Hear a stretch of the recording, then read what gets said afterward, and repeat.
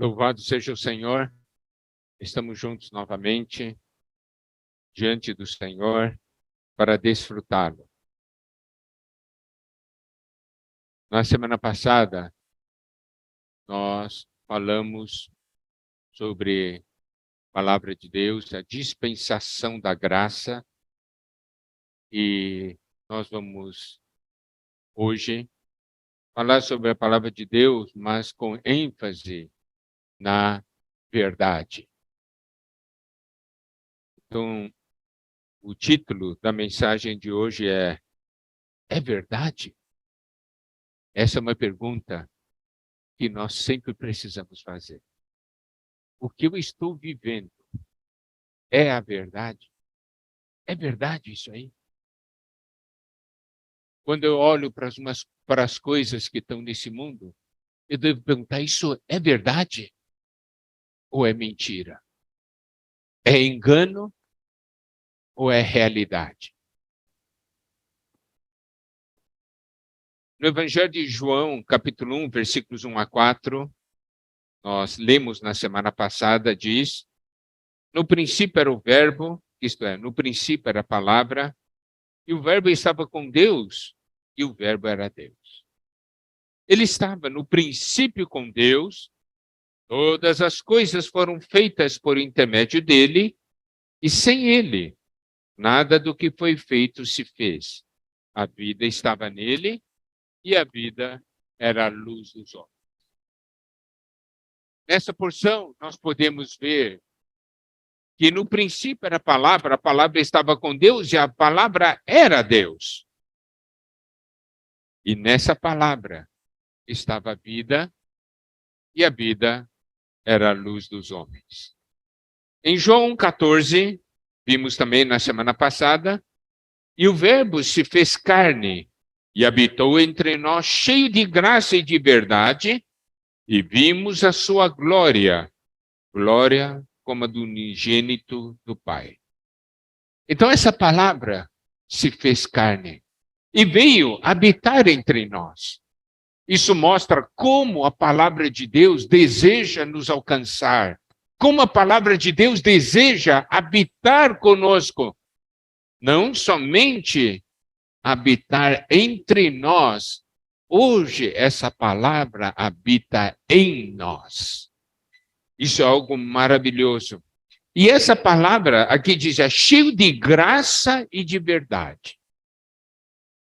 E o resultado do operar dessa palavra, que é cheio de graça e verdade, é a expressão de Deus, é a glória de Deus. Por isso que aqui diz, vimos a sua glória, glória como do unigênito do Pai.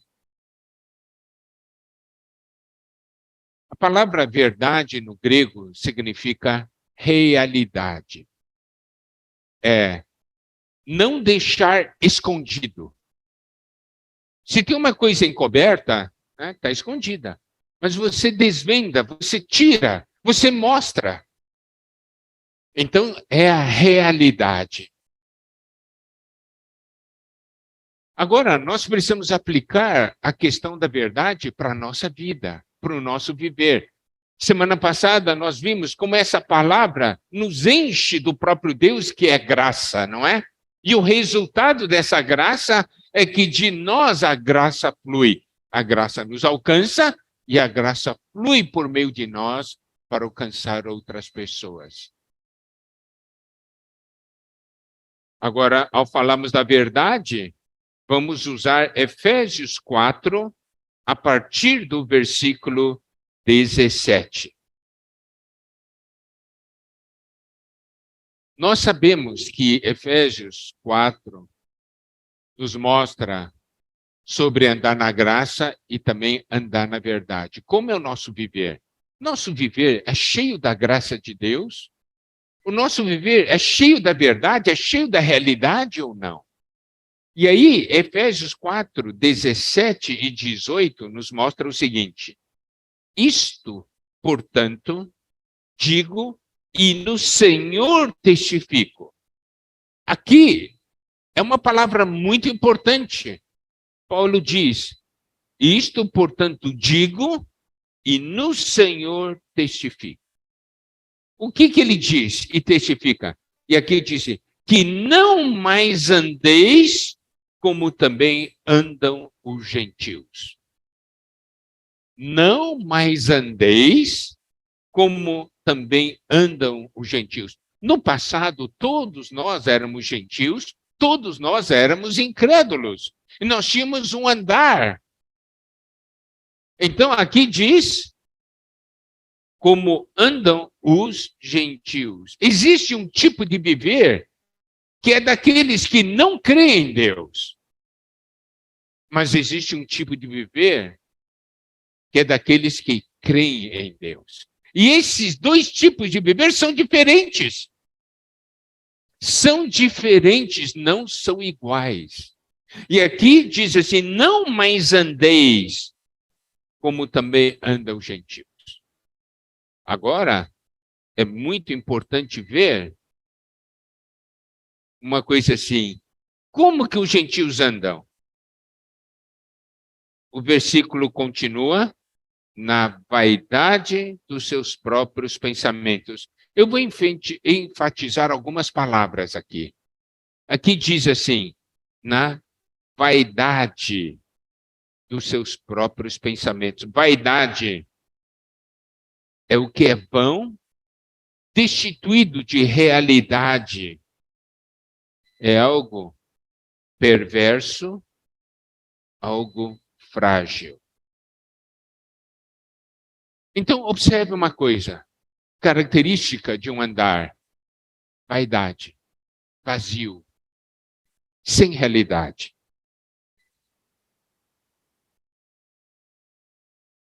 Falta de vigor. Não tem vida.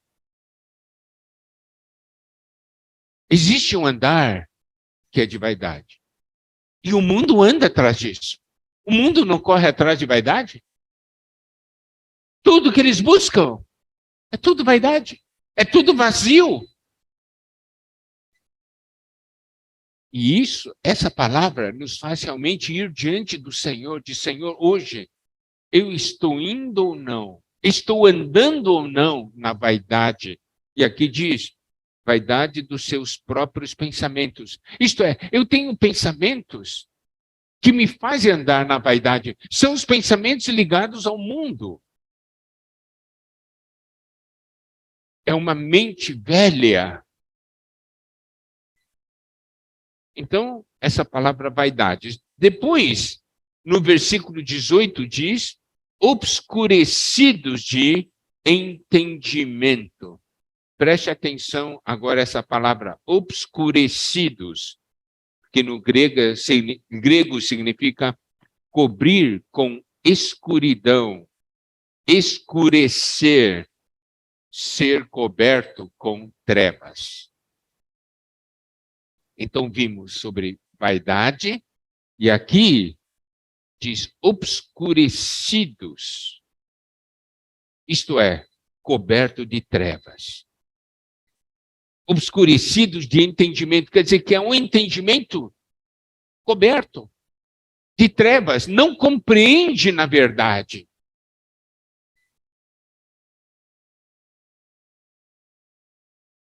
E o versículo continua: alheios à vida de Deus. Alheio é distanciado, excluído da vida de Deus. Olha só de tocar nesses pontos você vê o que que está nesse mundo. Vaidade, trevas, obscurecidos, né? Trevas, e alheios, distanciados de Deus. E aqui diz, alheios à vida de Deus por causa da ignorância em que vivem. O outro ponto, ignorância. Não sabe. Falta de conhecimento. Ignorância. Vive na ignorância. Acha que sabe, mas não sabe. E em que vivem por causa da ignorância, em que vivem pela dureza do seu coração. Essa palavra dureza, no grego, significa coberto com um calo. Entendeu? Tem lugar que você, né, tem muito atrito, cria um calo. Aquele lugar que tem calo é um lugar duro, né? E também você não tem sentimento. Fica insensível. Então vocês podem ver, amados irmãos, amadas irmãs, que nesse versículo 17 e 18 fala de vaidade, fala de trevas, fala de estamos alheios à vida de Deus, distanciados de Deus, fala de ignorância e fala de dureza. Aqui fala dureza do coração. Sabe, quando nós lemos isso aqui, Paulo está falando, não mais andem assim. Não mais andem, significa que vocês andaram assim, mas hoje vocês não devem mais andar assim. Nós vamos ver mais tarde como nós devemos andar. Mas Paulo está mostrando, não é mais desse jeito que vocês andavam.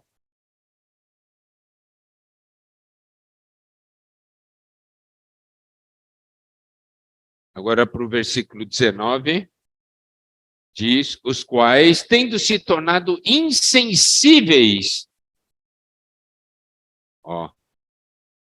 se tornaram insensíveis. Essa palavra insensível no grego quer dizer cessar, parar de sentir dor ou aflição.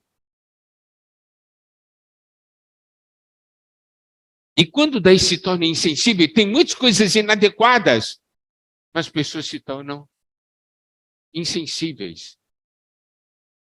Me lembro muito, né, do que compartilhavam conosco no passado.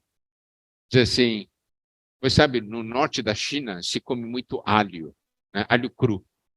Eles gostam demais de comer alho cru. Então, você chegava numa família chinesa, né, que é do norte da China, você vai visitar a casa deles assim, entra aquele bafo de alho, né? E daí, quando a pessoa conversa com você, tem aquele bafo de alho, aquele cheiro de alho. Agora, aqui, né, tem muita gente que gosta de comer alho, outros gostam de comer cebola, né, e tal. Então, isso aí tudo dá cheiro. Mas acontece o seguinte, você, na hora que chega na casa da pessoa, você sente aquele cheiro de alho. Mas depois de 10 minutos, você não sente mais, né? Se acostumou com aquele cheiro. Você sabe, isso é ficar insensível. O mundo tem um cheiro. No início você sente, isso aqui é mundo, mas depois fica um pouco, acha que é normal, já não percebe mais. Está vendo os perigos? Aqui diz, tendo se tornado insensíveis, se entregaram à dissolução. Essa questão de dissolução mostra o quê? Mostra algo desenfreado, sem freio, se entrega às coisas lascivas, às coisas imorais, de uma maneira que não tem mais freio, de uma maneira descontrolada. E aqui diz, se entregar à dissolução para com avidez cometerem toda sorte de impureza. Pecam cada vez mais. Esse é o andar dos gentios. E vimos então todas essas características. Eu quero repetir aqui, não é? Vaidade, trevas, distância de Deus, ignorância, dureza, insensibilidade, dissolução e a questão da impureza.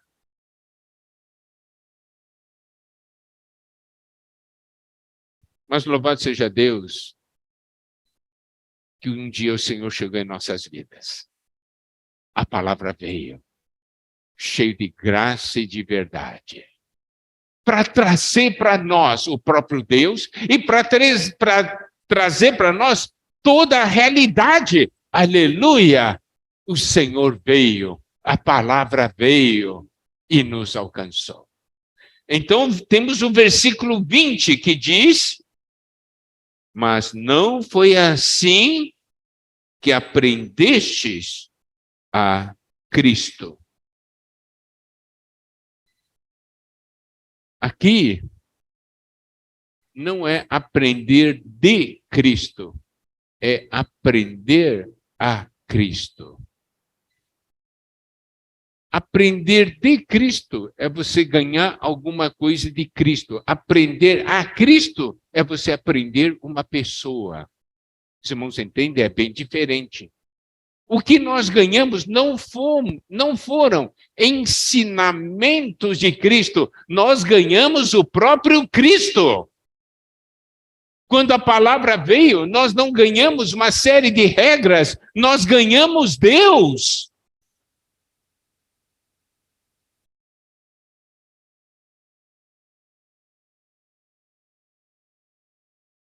Cristo não é apenas vida para nós. Cristo para nós é um padrão, é um modelo. E ainda mais, ele se tornou o espírito da vida para entrar em nós, porque nós ganhamos dele. Nós aprendemos dele por meio da sua vida. Não é uma doutrina, é uma vida que nós ganhamos. E nós aprendemos. Quanto mais vida eu tenho, mais eu expresso Cristo. Está vendo? Quanto mais vida eu tenho, mais eu aprendo a Cristo. Não é quanto mais doutrina eu tenho. Eu posso ter muita doutrina, mas eu sou incapaz de viver essa doutrina. Eu sou incapaz de viver o que Deus quer. Eu não tenho capacidade, mas a vida do Senhor em mim me capacita. É a graça que nós falamos a outra vez. Essa vida nos alcança e nós vivemos de uma maneira que nós expressamos Cristo. Os irmãos compartilharam conosco no passado como que nós aprendemos a Cristo. É ganhando a forma de Cristo. Romanos 8, 29 diz o seguinte. Romanos 8, 29. Porquanto, aos que de antemão conheceu, também os predestinou para serem conformes à imagem de seu Filho, a fim de que ele seja o primogênito entre muitos irmãos. Aqui, então, podemos ver de uma maneira muito clara que nós somos conformados à imagem de Cristo. O Senhor trabalha em nós, Ele nos transforma e nos coloca nessa condição.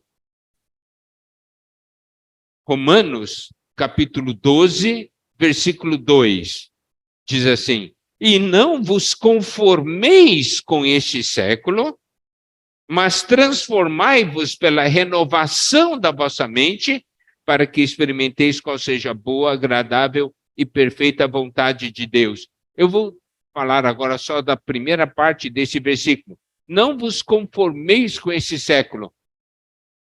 Conformar significa tomar a forma. Como que você toma a forma? Por exemplo, você vai fazer um pão, existe uma forma, não é? Então você coloca massa nessa forma e você pressiona, né? Você pressiona e então a massa toma a forma da forma, correto? Não nos conformarmos com esse século significa o quê? Não tomamos a forma desse século. Mostra que existe uma pressão que o inimigo faz em nós para nós sermos colocados no molde desse mundo e ele nos pressiona para ganharmos a forma desse mundo. Mas Deus nos coloca em Cristo. E Cristo é a nossa forma. Então, quando a pressão vem, quanto maior a pressão, mais nós adquirimos a forma e a expressão de Cristo. Tá certo? Amado irmão, amada irmã, nós todos passamos por pressões, não passamos? Essa pressão pode ter dois resultados. Nessa pressão, nós falamos uma vez. Ou é uma pressão que nos afasta de Deus, que é a obra do inimigo, ou a pressão que nos aproxima de Deus, que é o que o Espírito faz. Quanto maior a pressão em nossa vida, nós nos afastamos de Deus ou nós nos aproximamos mais de Deus? Tem muitos que se afastam de Deus. Ah, Deus permitiu que isso aconteça na minha vida, eu não quero mais segui-lo. Abandona. Então é aquela pressão que afasta. Mas quando surge pressão em nossa vida e nós estamos no Espírito, mais nos aproximamos de Deus, né? Porque, Senhor, é agora que eu preciso muito mais de você do que antes. Então existe uma... E quando nos afastamos de Deus, a pressão faz com que nós tomemos a forma desse século, a forma desse mundo. Mas a obra do Espírito, quando há pressão, faz com que nós tomemos a forma do Senhor. Nós sejamos conformados à imagem e semelhança do Senhor. E aqui diz, no versículo, isso é o versículo 20, versículo 21. Se é que de fato o tendes ouvido e nele fostes instruídos, segundo é a verdade em Jesus. Esse versículo quer dizer o seguinte: quando nós recebemos do Senhor, deve produzir algo que é de segundo é a verdade em Jesus. Segundo é a realidade em Jesus. Isso quer dizer o quê? Quando o Senhor Jesus estava vivendo nessa terra, ele expressava a realidade. Ele expressava Deus. Ele expressava a verdade. O mundo expressa o quê? O mundo expressa vaidade, não é isso? O mundo expressa trevas, essas coisas, mas nós expressamos Cristo. Quando nós aprendemos do Senhor e aprendemos o Senhor, nós expressamos Cristo em nosso viver. O Senhor Jesus, ele teve um viver nessa terra que expressava Deus, não era assim? As pessoas ouviam, ele expressava Deus. Mas, irmãos, amadas irmãs, nós estamos nessa terra para expressar Deus. Essa é a sua função, é a minha função. Nós falamos na semana passada que nós somos instrumentos para levarmos a graça, não é? Para levarmos Deus. Mas aqui, hoje, nós estamos falando que nós estamos aqui para expressarmos a verdade, a realidade, nós expressarmos Deus. Porque Cristo habita em nós. Deus estava no viver do Senhor Jesus. Nas mais distintas situações, Cristo expressava Deus. Agora, Cristo vive em nós para expressarmos Deus. Isso é verdade. Deus é a única verdade desse universo. O resto tudo passa. Deus é eterno. Deus é que fica. Então, a realidade é Deus, a verdade é Deus. E o versículo 22 diz uma coisa importante para nós.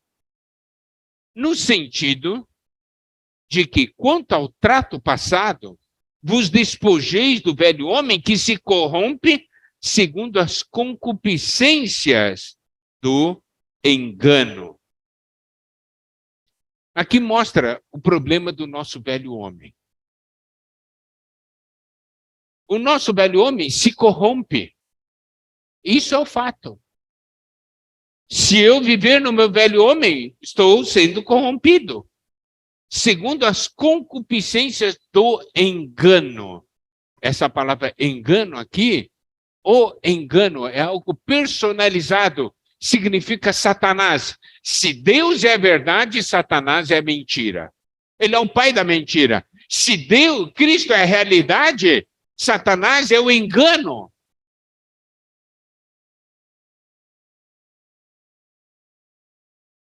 O próprio ser dele é o engano. Mas, que nós precisamos ver, tudo que é do velho homem se corrompe segundo as concupiscências do engano. Mas o que acontece conosco? Nós que recebemos o Senhor, recebemos a palavra, recebemos a graça e a verdade. Aqui diz, os renoveis no espírito do vosso entendimento, ou no espírito da vossa mente. Aqui nos mostra que o espírito opera em nosso ser e o espírito quer trabalhar em nossa mente, quer renovar a nossa mente. Porque o nosso espírito, o espírito e o espírito de Deus são um. Faz com que nós tenhamos a mente do Senhor. Então nós não devemos pensar como o mundo pensa. Nós temos a mente de Cristo. Nós pensamos como Cristo pensa. Isso é diferente. Por isso que Romanos 12, 2, vamos voltar a esse versículo de novo, diz: não vos conformeis com esse século, mas transformai-vos pela renovação da vossa mente, para que experimenteis qual seja boa, agradável e perfeita vontade de Deus. Aqui fala de sermos transformados pela renovação da nossa mente. Nós temos no nosso velho homem uma mente caída, uma mente que pensa segundo os moldes desse mundo, mas, aleluia, um dia o Senhor veio, a palavra veio. E esse Senhor, que é a palavra, que é Espírito, opera em nós, se expande, e ele vai transformando a nossa mente. O Espírito alcança a nossa mente, vai mudando a nossa maneira de pensar. Nós somos transformados pela renovação da nossa mente.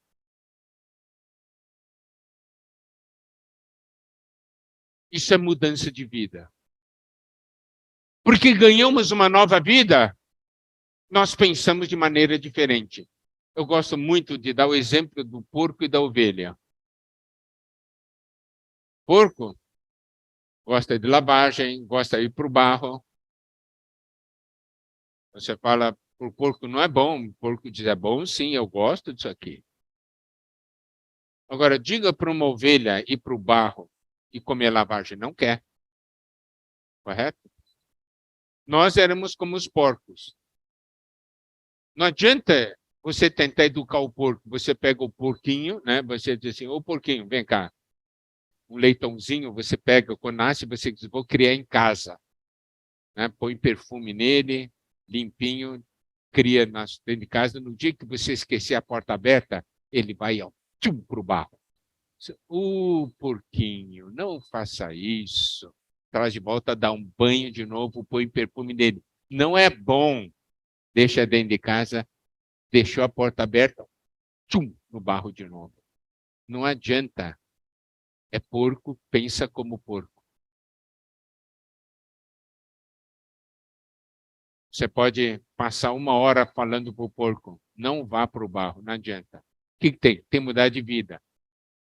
Daí você pega um porco, coloca no porco a vida da ovelha. Estou dando um exemplo aqui, né? Você coloca a vida da ovelha dentro do porco. Daí você deixa a porta aberta e diz, porco, vá para o barro. Diz, não, eu não gosto de barro. Por quê? Ele agora pensa como ovelha. Irmãos, nós estamos pensando como porco ou estamos pensando como ovelha? O Senhor nos muda dando a sua vida para nós. Entende? E essa sua vida, esse o Espírito que muda a nossa maneira de pensar. E tudo isso chega a nós por meio da palavra de Deus, por meio do Espírito de Deus. Por isso que nós precisamos estar imersos na palavra.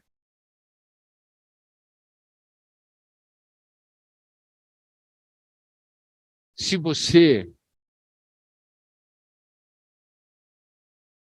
Antigamente, na época da eleição, tinha muito daqueles jingles, né? Aquelas...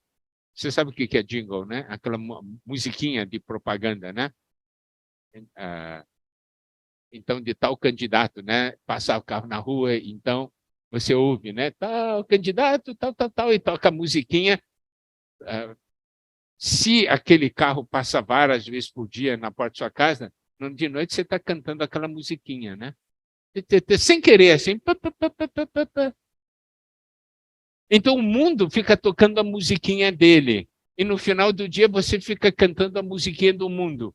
Agora, se nós formos imersos na palavra, nos hinos, na coisa de Deus, no final do dia nós vamos cantar a palavra de Deus. É diferente. Permitimos que então do nosso espírito que alcance a nossa mente. E no versículo 24 diz, e você vistais do novo homem, criado segundo Deus, em justiça e retidão, procedentes da verdade.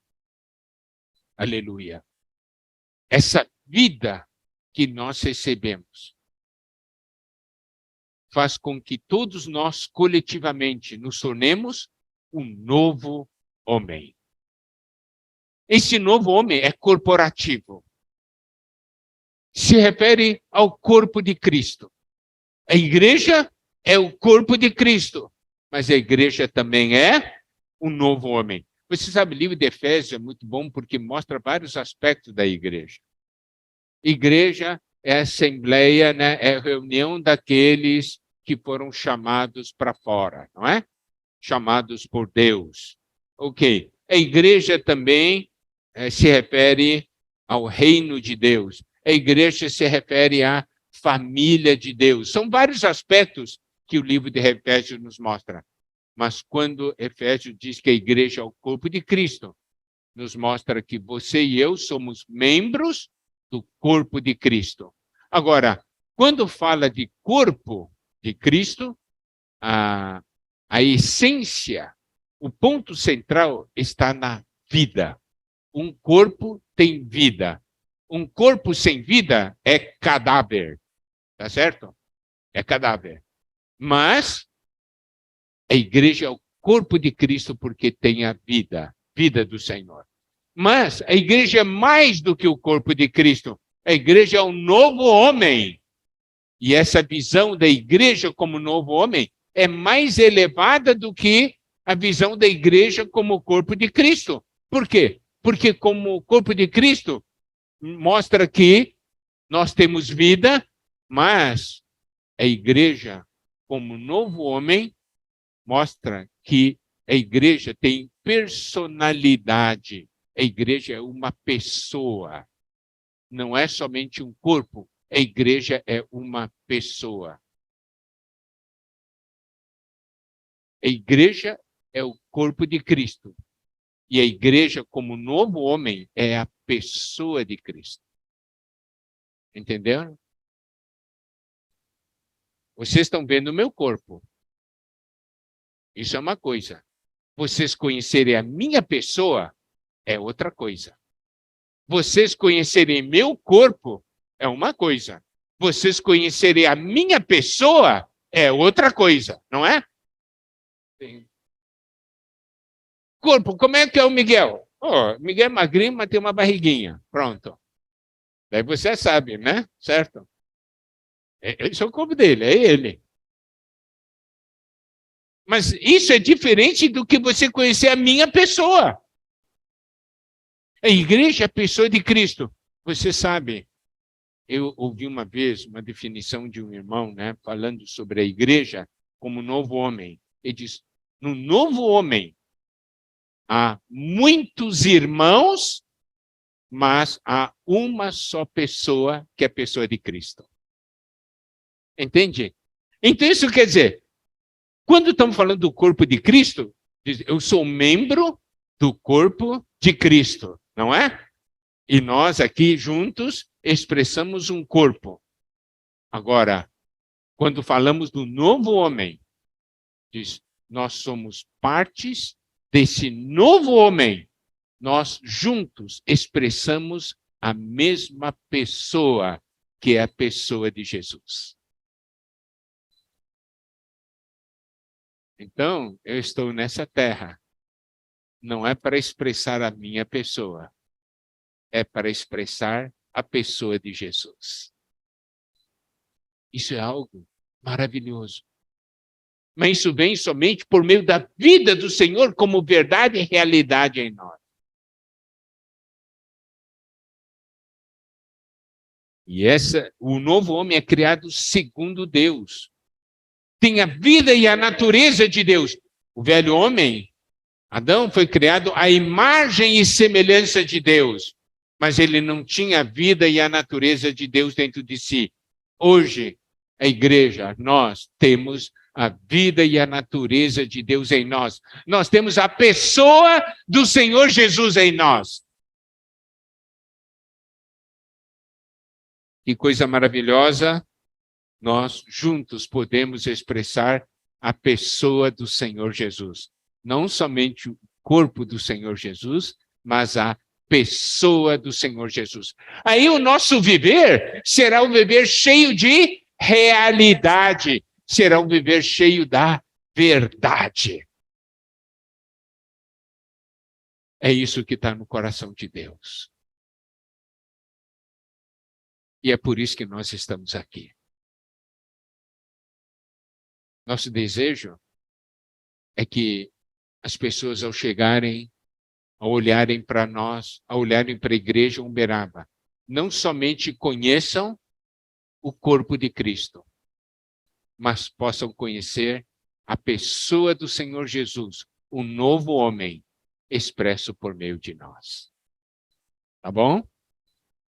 Então, baseado nessa realidade de corpo e baseado nessa realidade de pessoa, nós vamos ter, na semana que vem, a conferência da Igreja Uberaba para os irmãos, para que nós todos juntos, junto com todos os irmãos da Igreja Uberaba, possamos viver essa realidade, né?